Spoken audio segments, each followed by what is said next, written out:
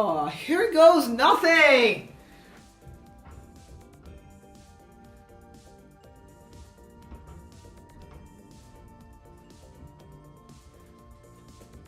Grammatical feature of the week. I'm going to split the board up into a few parts. Modality. Subjunctive. Conditional. Imperative.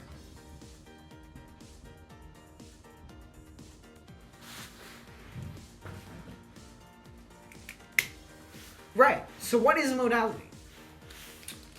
Well, if tense is the way a verb can relate to time, and if aspect is the way a verb can extend over time, then modality is the way a verb relates to reality.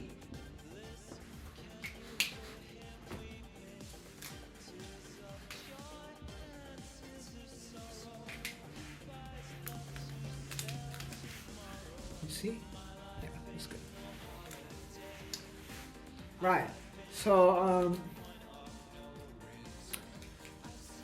as modality is one of the most fundamental aspects of language, there are many, many different ways to express modality.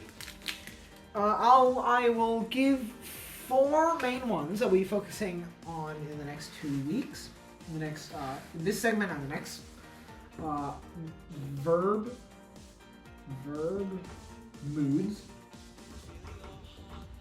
which is not the mood that is not the mood that we have, or the mood that a text has. No, it's a different definition of mood that is sort of a form of modality.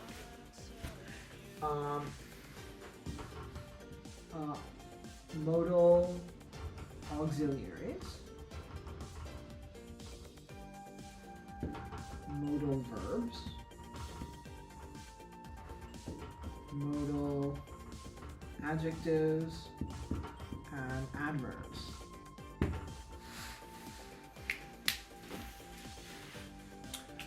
Right.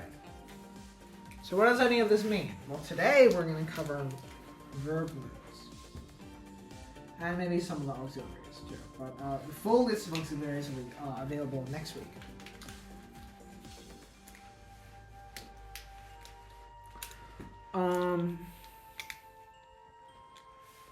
So verb moods are either realist or irrealist.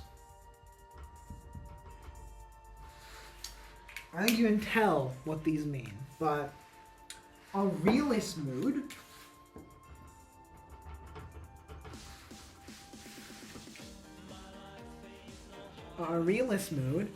is sort of like represents reality exactly as it is.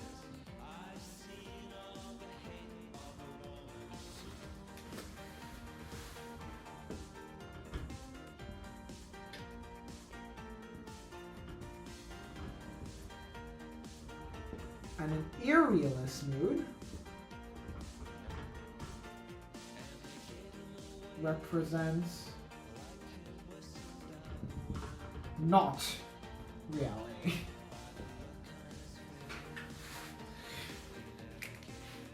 Right?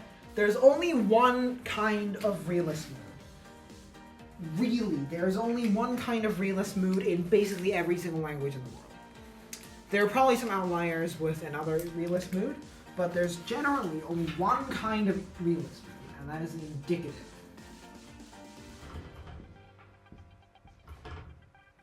Realist mood, the indicative, which, as name suggests, is as simple as can be. It indicates things, right?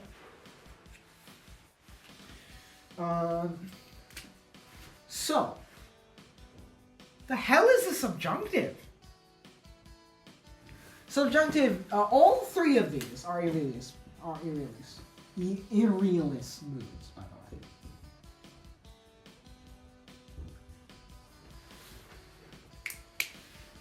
way.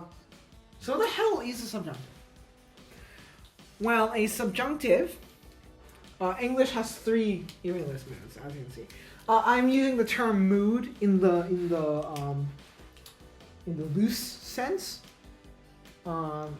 So not a mandatory inflection from a verb, but rather that which is normally mandatorily inflected in other languages, but is not in English.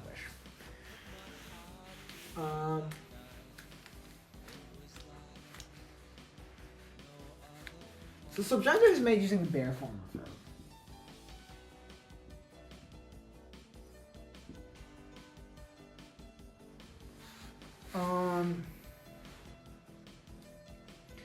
And it's sometimes used to mandate an action.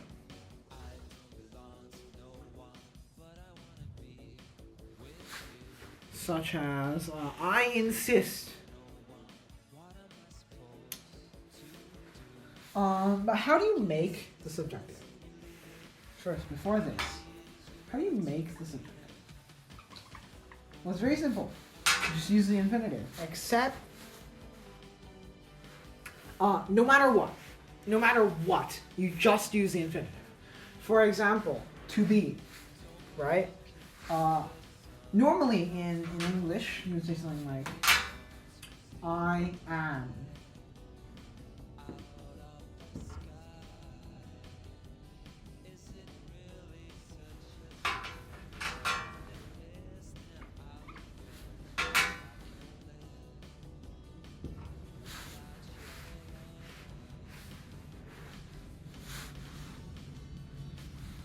I am, you are, he is, he, she, it is, he, she, it, they is, whatever.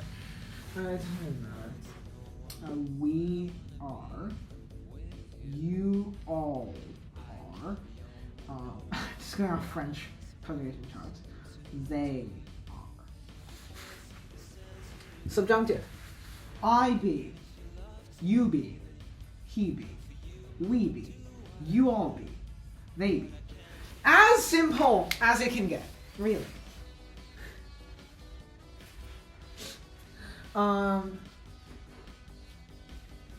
Just throw everything you know about English conjugation out of the table, out of the picture, and that's the subjunctive.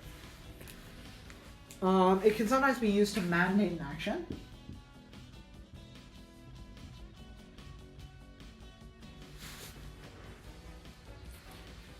For example, I insist that Tom be here in our next meeting.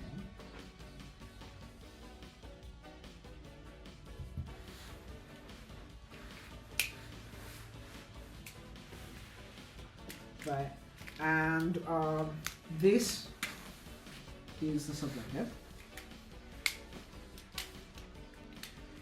It is sometimes used to mark probable action. Although that is quite an antiquated usage.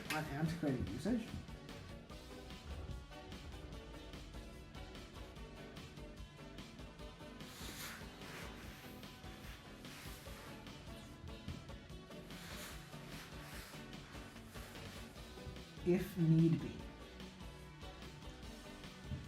I will speak more about this in the conditional section.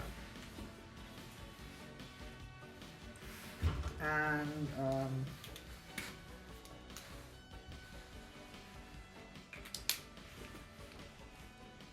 lastly, it is it is not used after verbs like hope or wish.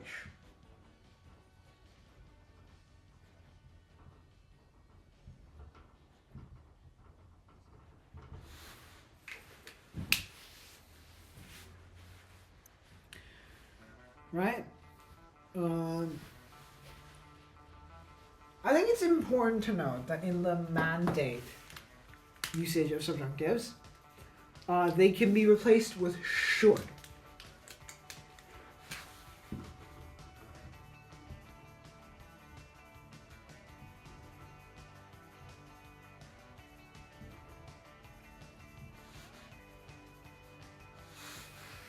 Right? So,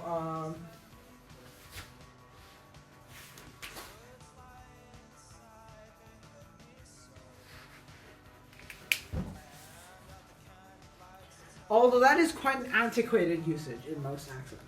So instead of saying, I insist that Tom be here in our next meeting, you can say, I insist that Tom should be here in our next meeting.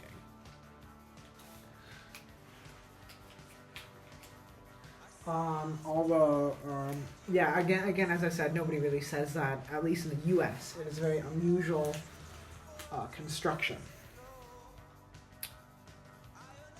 Right? And they're mandatory after list.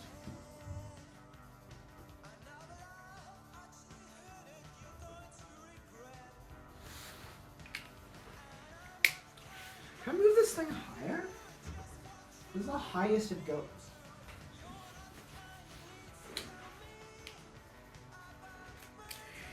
Anyways, moving on to the conditional. There are 4 types of conditional sentence. And before you know this, I just want you to know some terminology I'll be using, because I don't know how to explain it better. The antecedent. Actually, it might be better to just label the parts of conditional. I will use conditional 0 here. If you are reading this, I am dead. It's a pretty classical fantasy line.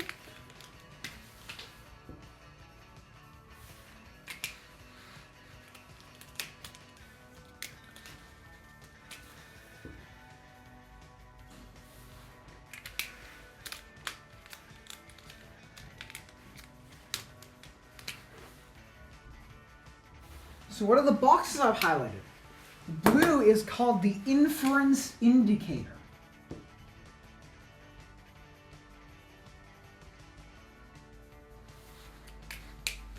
Right? You don't have to worry about this. The red is the antecedent. And the green is called the consequent. Right?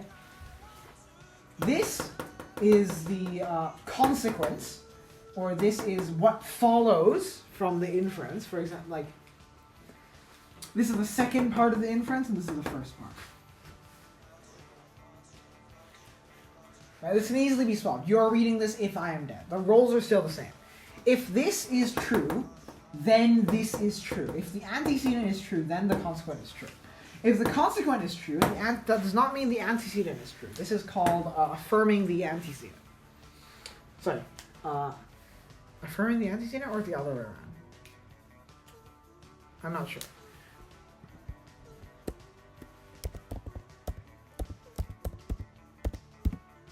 No, it's the other way around.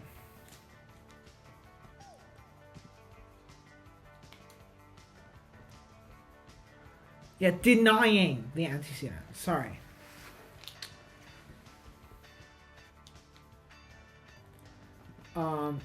Which is saying, I really don't have to explain logic to you, but basically the two fallacies are denying the antecedent and affirming the consequent. And yeah. But yeah, this is antecedent and this is the consequent. And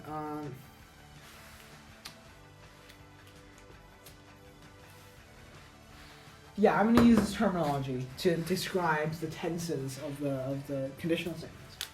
So generally, a conditional statement starts with if.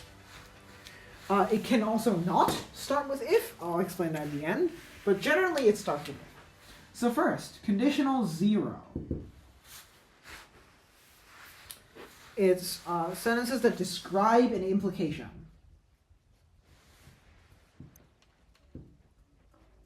Such as, if you're reading this, I am dead. It can use any tense.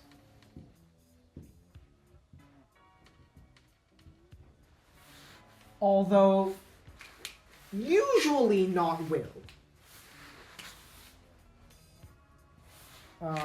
It's not a tense, but it is a future marker. Usually not that.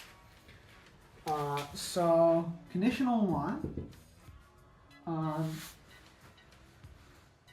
concerns consequences, describes consequences. And I'd just like to make light of the difference between 0 and 1 here. 0 is certain, right? It's a deductive statement. The action has already happened, right? He is already dead. Okay? This is not a hypothetical. That's why it's 0. It's not a hypothetical. He is dead. If you are reading this, he is dead. Right? If you run a red light, you will. If you run a red light, you are fine. Right? This is not.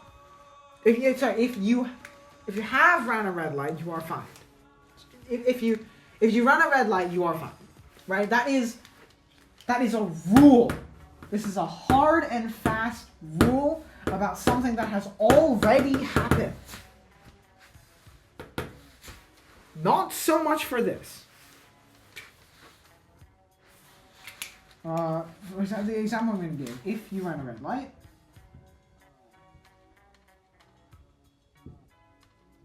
you will be fine.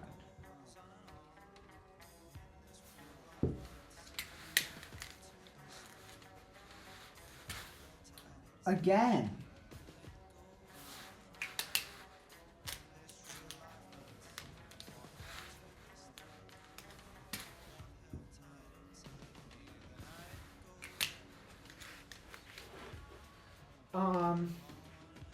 you have not ran a red light yet. Just to be clear, C1 does not mean that you have ran a red light yet. It just means if you do run a red light, then you will be fine. Right? This is constructed with the antecedent using the non-past tense and the consequent using the modal verb will. In the present, in the non-past tense. Will is in the non-past tense and run is in the non-past tense. Remember this. As we move on to C2, which is counterfactual.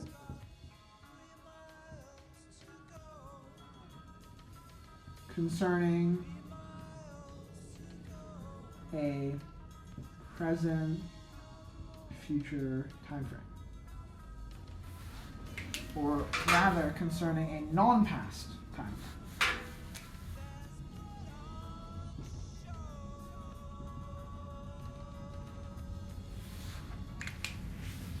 Right? What does it mean that it is concerning a non-past time frame? Well, that means, just like C1, that means that it has not happened yet. This is another level of more hypothetical, right? What does counterfactual mean? It means that it will not happen, right? It means that in this, like, it is metaphysically possible, meaning that it could happen in some alternate universe, but it will not happen in this universe, right? It is not physically possible, but it may be physically possible. It may not be psychologically possible. It may be hyperbole, it may be exaggeration, but it is metaphysically possible. It is possible without time travel to write this wrong. For example, If I were to run a red light,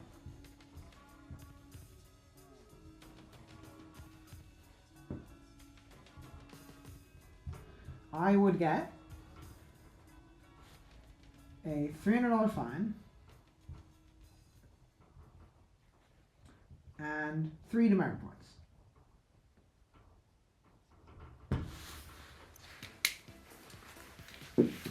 Right? Notice the tense here. I don't think I need to highlight the consequent and antecedent again. I feel like it's pretty clear.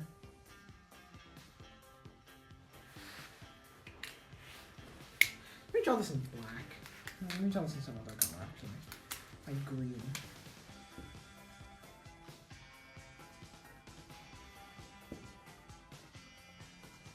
Oops.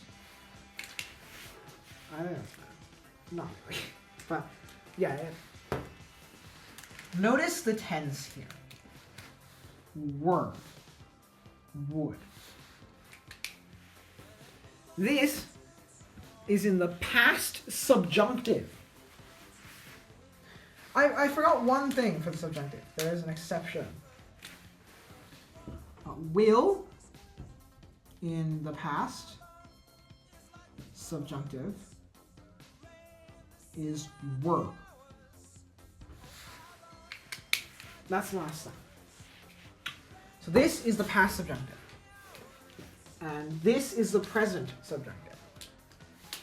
Right? So how this is formed is the antecedent goes past subjunctive infinitive. And the present goes, and the consequent goes present subjective, non-past subjunctive, non-past. And this can be this could be any non-past tense, like have gotten, could have gotten, or something like that. Make some more.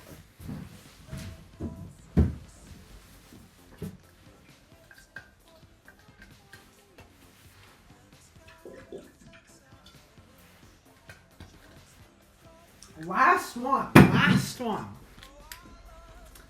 C3. Counterfactual concerning a past time frame. All right. So what are some examples of this? I'm going to write it this way because the imperative really does not have that much to say. One example is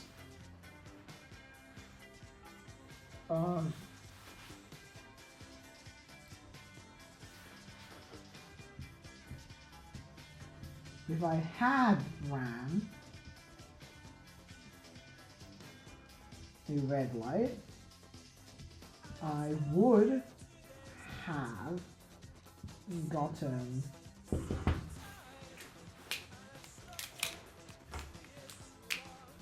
right? So what is this? What is this? Right. By the way, when I say the conditional mood, it is technically this, right? Would and then the present tense. But it's really just a fancy mode of auxiliary. If I had ran a red light, I would have gotten a $300 fine and 3 demerits. This is the proper past, not the subjunctive. This is the past. This is the past perfect, and this is the perfect, and this is the conditional perfect.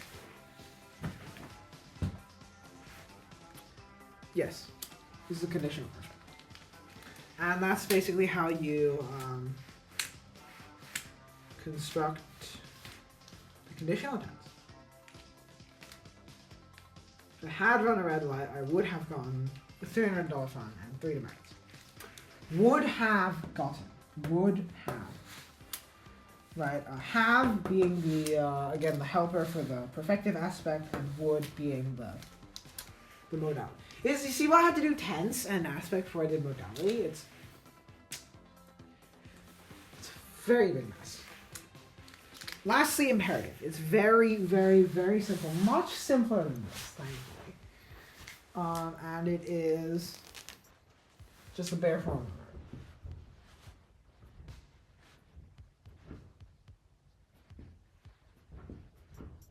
verb. So bare form of the verb forms the U form. And the you use a modal auxiliary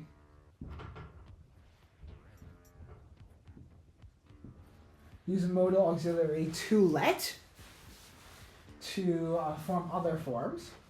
For example,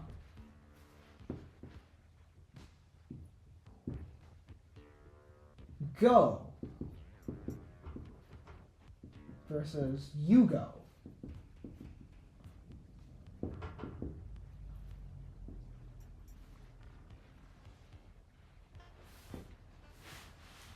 Let's go.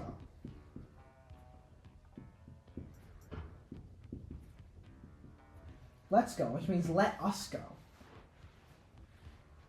As compared to we go.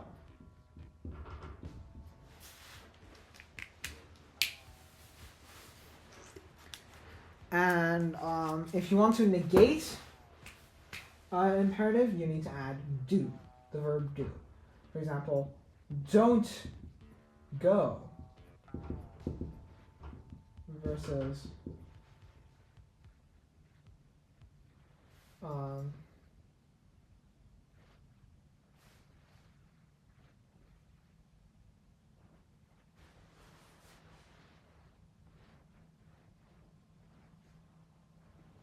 you go.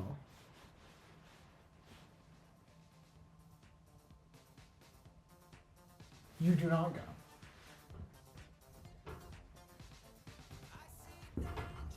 It's the same, basically. But it's almost always contracted in the imperative.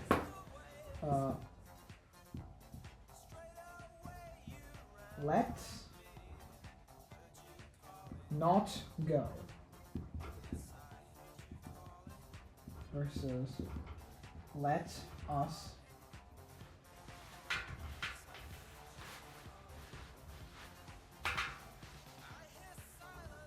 we do not go.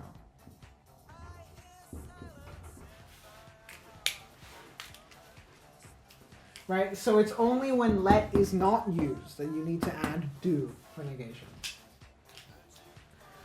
And that's it for mood. How are you doing on time? That's what I expected.